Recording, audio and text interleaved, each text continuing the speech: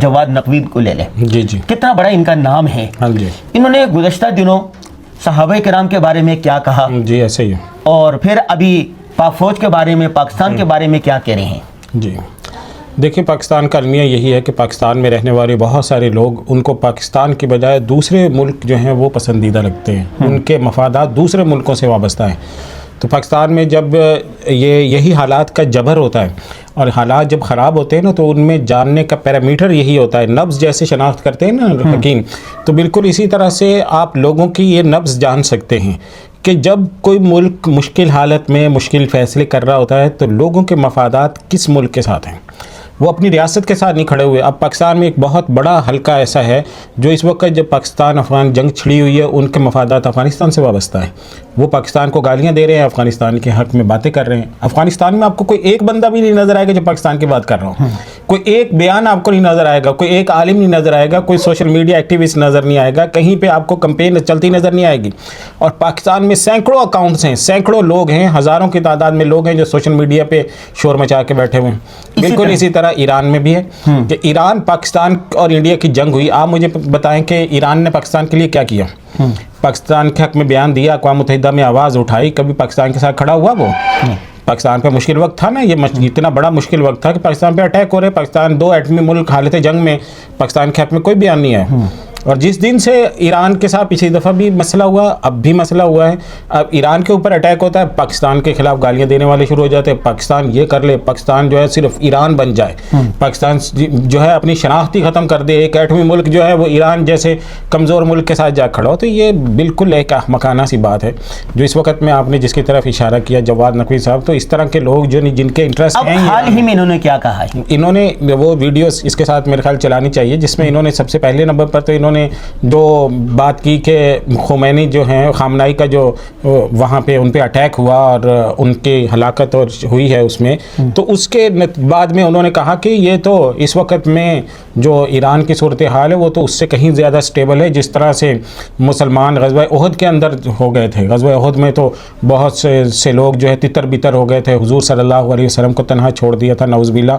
اور آج جو ہیں لوگوں نے تنہا نہیں چھوڑا. آج کے لوگ جو ایران ہے یا جو بھی یہ ان کی اپنی کمیونٹی ہے جو سو کارڈ ان کے اپنے لوگ ہیں، وہ بڑے طاقتور نکلے. تو یہ بالکل احمقانہ ایک تجزیہ تھا کہ صحابہ کرام کے ساتھ ملانا، اس سچویشن کے ساتھ ملانا جو غزوہ احد کی تھی.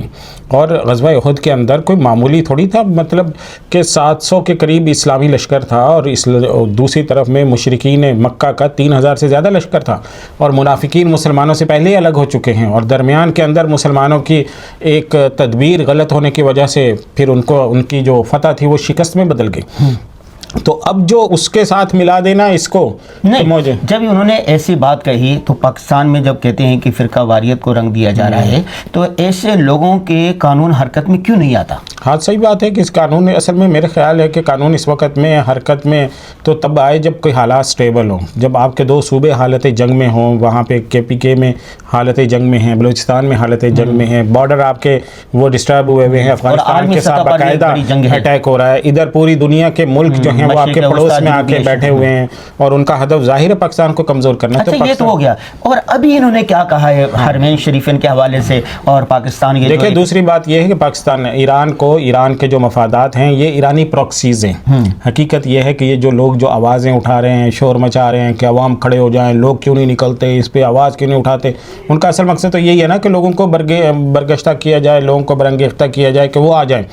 تو نہیں، یہ کون سی سائنس ہے اور کون سی عقل مندی ہے؟ ایران میں قتل ہوتے ہیں، یہاں پر اسکول جلائے جاتے ہیں پاکستان کے، گلگت بلتستان میں کیا جاتا ہے. بھائی یہ وہی چیز ہے جو پہلے ہم نے کراچی میں دیکھا نہیں ہے. الطاف بھائی وہاں بیمار ہو جاتے تھے، کراچی سیل ہو جاتا تھا، کراچی میں ہڑتالیں ہو جاتی تھی، وہاں ان کو کھانسی کوئی جو کچھ بھی ہوتا تھا ادھر مقدمہ چلتا تھا، یہ کراچی بند ہو جاتا تھا. یہ کیا ہے؟ یہ مافیاز ہیں، یہ مافیاز کی مینٹیلٹی ہے، یہ آپ کے وطن کے وفادار نہیں ہیں. یہ حقیقت ہے. اور ایسے موقعوں کے اوپر یہ پیرامیٹر ہے چیک کرنے کرنے کا, کیا کہ ملک کے ساتھ محافظ البحر پاکستان نے شروع کیا. پاکستان ایک ایٹمی طاقت ہے, اس کے اپنے مفادات ہیں, اپنے دوست ہیں, اپنے دشمن ہیں. پورا جو بلوچستان کا معاملہ ڈسٹرب ہے پاکستان کے اندر, اس میں براہ راست ایران کی مداخلت ہے. اس پہ کبھی ان کو بولتے ہوئے آپ نے دیکھا کہ بی ایل اے کے خلاف اور پاکستان میں مداخلت کے خلاف بول رہے ہیں؟ یہ کیا ہے محافظ البحرین کیا ہے؟ محافظ البحر پاکستان میں دیکھیں اس وقت میں پوری دنیا حالت جنگ میں ہے اور پاکستان بھی حالت جنگ میں. اب دو بڑی مشکلات ہیں. سب سے پہلی مشکل یہ ہے کہ پاکستان کی اپنی جو تجارت ہے وہ ساری سمندر کے ذریعے سے ہوتی ہے, اور ہم جو ہے وہ خلیج عرب کے کنارے بیٹھے ہوئے ہیں. تو یہی خلیج عرب ہی ہے, بحیرہ عرب ہے, جس سے ہم نے تجارت کرنی ہے. دوسرے نمبر پہ ہمارا پیٹرول یہاں سے آتا ہے. تو ہم نے پاکستان نے اس کے لیے آلٹرنیٹ رستے جو ہیں وہ اس کے لیے اختیار کیے ہیں کہ بحیرہ احمر والے رستے سے پاکستان میں پیٹرول آئے اور خلیج فارس سے ہم نہ منگوائیں, کیونکہ خلیج فارس میں پاکستان کے دو جو بڑے بحری جہاز ہیں وہ پہلے آلریڈی پھنسے ہوئے ہیں, اور جو خلیج فارس سے جو بحری جہاز گزرتے ہیں ابنائے ہرمز سے, وہاں پہ اٹیکس ہوتے ہیں. یہ خود اٹیک کرتے ہیں, ایرانی اٹیک ہوتے ہیں. آج بھی آپ نے سنا ہوگا 3 اٹیک ہوئے ہیں. تو یہ بنیادی مسئلہ ہے. اگر وہ وہاں سے پیٹرول نہیں آئے گا تو پاکستان کیسے سروائیو کرے گا, کیونکہ ظاہر انڈسٹری اپنی اس پہ چل رہی ہے, پوری انرجی اس پہ چل رہی ہے, توانائی کا بنیادی سورس ہے ہمارا پیٹرول. تو پاکستان نے اس کے لیے وہ والا رستہ اپنایا ہے. ایک مشکل یہ ہے کہ وہ آلٹرنیٹ رستے کی سیکیور کرنا, کیونکہ وہاں پہ بھی یمن کے حوثی باغی موجود ہیں. اور دوسری نمبر پر یہی جو آبنائے باب المندب کا رستہ ہے, یہاں پہ صومالی جو قزاق ہیں وہ بھی موجود ہیں. تو صومالی قزاق ہیں, یمن والے ہیں, اب ایران والے ہیں. تو 3 خطرے ہیں, تھریٹ ہیں. اور جب حالت جنگ ہوتی ہے تو اس وقت کوئی پتہ نہیں چلتا ہے. جیسے ابھی بہت سے ملکوں پہ ہو رہا ہے نا کہ جی فلاں نے مار دیا, وہ کہتا نہیں ہم نے نہیں مارا, کسی اور نے مارا. ایران کہہ رہا ہے اسرائیل نے اٹیک کیا. یہ سب ٹھیک ہے, اس پر جواد نقوی صاحب کو کیا تکلیف ہے؟ تکلیف ان کو یہ ہے کہ وہ اب یہ دوسرے نمبر پہ پاکستان نے جی ظاہر ہے جی سعودی عربیہ کے ساتھ ایگریمنٹ کیا ہوا ہے. سعودی عربیہ کے اوپر عام جگہوں کے اوپر آپ کو اٹیک کرنے کی وہ نہیں ہونی چاہیے, صحیح ہے. اور ایران جو ہے دوسرے نمبر پر شکست خوردہ ہے. حقیقت یہ ہے کہ اس کی قیادت ماری جا چکی ہے, ختم ہو گئی ہے.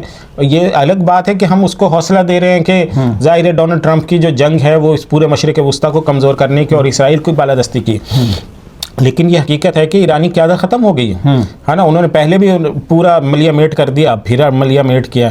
تو وہاں پہ جو اس وقت میں ایرانی رجیم ہے یا ایرانی جو اقتدار میں موجود لوگ ہیں ان میں شاید وہ کیپیبلٹی نہیں رہی, یا ممکن ہے کہ کمیونیکیشن سسٹم خراب ہو گیا. کیونکہ جو سسٹم یعنی جب بھی حالت جنگ ہوتی ہے تو جو فورسز ہوتی ہیں ان کو براہ راست وہاں سے ہدایات جانی چاہیے. اب ایسے لگ رہا ہے کہ وہاں سے جو پچھلے کچھ عرصے میں جو حملے ہوئے ہیں اور پورے جو خلیجی ملکوں میں براہ راست نشانہ بنایا گیا, سعودی عربیہ میں بھی ریاض کے قریب حملے کیے گئے ہیں, صحیح ہے. تو اس طرح کی جگہوں کے اوپر حملے کرنے مطلب کسی ملک کے دارالحکومت کو آپ اٹیک کر رہے ہیں, تو اس کا مطلب یہ کہ آپ اس سے حالت جنگ میں آ رہے ہیں, صحیح ہے. تو اب وہاں سے تیسری بات یہ ہے کہ وہاں سے تو آپ پر اٹیک نہیں ہو رہا نا, آپ پہ اگر کہیں سے اٹیک ہو رہا ہے آپ اس جگہ کو دوبارہ ہدف بناتے ہیں, وہ تو بات سمجھ آتی ہے. لیکن جس جگہ سے آپ پہ کوئی حملہ نہیں ہے اور آپ وہاں پہ اٹیک کیوں کر رہے ہیں, اور اس جگہ کو بھی کر رہے ہیں, ہدف بنا رہے ہیں, عام لوگ بھی مر رہے ہیں. اب آپ خبریں سن رہے ہیں پاکستانی مر رہے ہیں اس میں, صحیح ہے, وہاں کے اپنے مقامی آبادی کے لوگ بھی مر رہے ہیں, صحیح. تو جب یہ آپ مقامی آبادی کو نشانہ بنائیں گے تو ظاہر ہے وہ ملک جو ہے اس کو کب برداشت کرتا ہے, صحیح. تو یہ ایک حقیقت ہے. اور پاکستان اس پر یہ جو پاکستان آپریشن شروع کرنے جا رہا ہے اس پر جواد نقوی صاحب کو کیا تکلیف ہے؟ بھائی ان کو اپنے ایران کی تکلیف ہے کہ جہاں سے ان کے مفادات وابستہ ہیں, جن کی وہ پراکسی ہیں, جن کے لیے وہ سارا زندگی ہے, جن کے لیے ان کا جینا مرنا ہے, سمجھ لیں کہ وہ اصلاً اسی کے نام پہ یہاں پہ موجود ہے, انہی کے ایجنڈے کو یہاں پہ پھیلانے کے لیے موجود ہے, انہی کی پراکسی ہیں جو وہ اگرچہ ایجوکیشنل سائڈ کے اوپر بیٹھے ہوئے ہیں. نہیں دیکھنا, اگر انڈیا میں مسلمان رہتے ہیں تو وہ انڈیا کے گن گاتے ہیں نا, جی, انڈیا کے جھنڈا کے. جو پاکستان میں رہتا ہے خواہ کوئی بھی ہے تو وہ تو پاکستان کے ساتھ ہونا چاہیے. یہی تو المیہ ہے نا کہ پاکستان میں جب بحران اتنے بڑھ گئے ہیں تو یہ چھوٹے چھوٹے گروہ جو ہیں یہ بھی مافیاز کی شکل اختیار کر گئے, یہ ریاست کو بلیک میل کر رہے ہیں, یہ ریاست پہ پریشر بلڈ کرنے کا طریقہ ہے یہ. تو یہی چیز میں آپ کو بتانا چاہ رہا ہوں شروع سے کہ جو ہمارے ہاں اس طرح کے گروہ ہیں ان کی شناخت ہے, یہ آشکارا ہو چکے ہیں, اور ریاست کو ان کے بارے میں سوچنا چاہیے کہ یہ آپ کے وفادار نہیں ہیں. جب بھی مشکل وقت ہوگی آپ سے جدا ہوں گے, جیسے غزوہ احد کے اندر منافقین جدا ہوئے. اچھا آخری بات یہ بتا دیں, وطن سے محبت کا تقاضا, وطن سے محبت کا درس سیرت طیبہ صلی اللہ علیہ وسلم سے ملتا ہے ہمیں؟ دیکھیں حضور صلی اللہ علیہ وسلم نے خود اپنی زندگی کے اندر بے شمار مرتبہ ایسا ہوا، حضور صلی اللہ علیہ وسلم جب نکلے وہاں مکہ مکرمہ چھوڑ کے، تو آپ صلی اللہ علیہ وسلم نے کہا کہ اللہ کی قسم میں یہاں سے نہ نکلتا اگر تمہاری قوم مجھے نہ نکالتے. صحیح ہے، بے شک تم مجھے سب سے جو پسندیدہ محبوب ترین جگہ ہو، یہ حضور صلی اللہ علیہ وسلم کہتے. پھر صحابہ کرام آ کر جب مدینہ منورہ پہنچے تو اس کی یاد کے اندر وہ تڑپتے تھے، روتے تھے، شعر کہتے تھے، بار بار اس کا تذکرہ کرتے تھے. بیمار پڑ جاتے تھے تو بار بار ذکر کرتے تھے کہ کب وہ ہوگا کہ کب ہم مکہ پھر یہ بھی واپس کہا جائیں گے، ان الذی فرض علیک القرآن لرادک الی معاد، کہ آپ کو واپس لوٹائیں گے. تو مکہ مکرمہ یعنی وطن کی محبت یہ تو ایک فطرتی چیز ہے. جہاں پہ آدمی پلا بڑا ہو، جہاں پہ پرورش ہوئی ہو، جہاں بچپن گزرا ہو، اس کی یادیں تو انمٹ ہوتی ہیں. انمٹ ہوتی ہیں. بہت شکریہ مفتی صاحب. جی ناظرین، آخری بات یہ ہے کہ وطن سے محبت کرنی چاہیے. میں پوری دنیا کا سفر کرتا ہوں، پوری دنیا میں جو جہاں کا رہنے والا ہوتا ہے وہ اپنے وطن کی ایک ایک چیز سے محبت کرتا ہے. تو پاکستان میں ہم رہنے والے ہیں، پاکستان کی ایک ایک چیز سے، پاک افواج سے، پاکستان کے جھنڈے سے، پاکستانی زمین سے ہم محبت کریں. آپ سب پر لازم ہے کہ دامیں درمیں قدمیں سخریں، جس طرح ممکن ہو سکے پاکستان کے دست و بازو بنے، اس کے تعمیر و ترقی میں بڑھ چڑھ کر حصہ لیں.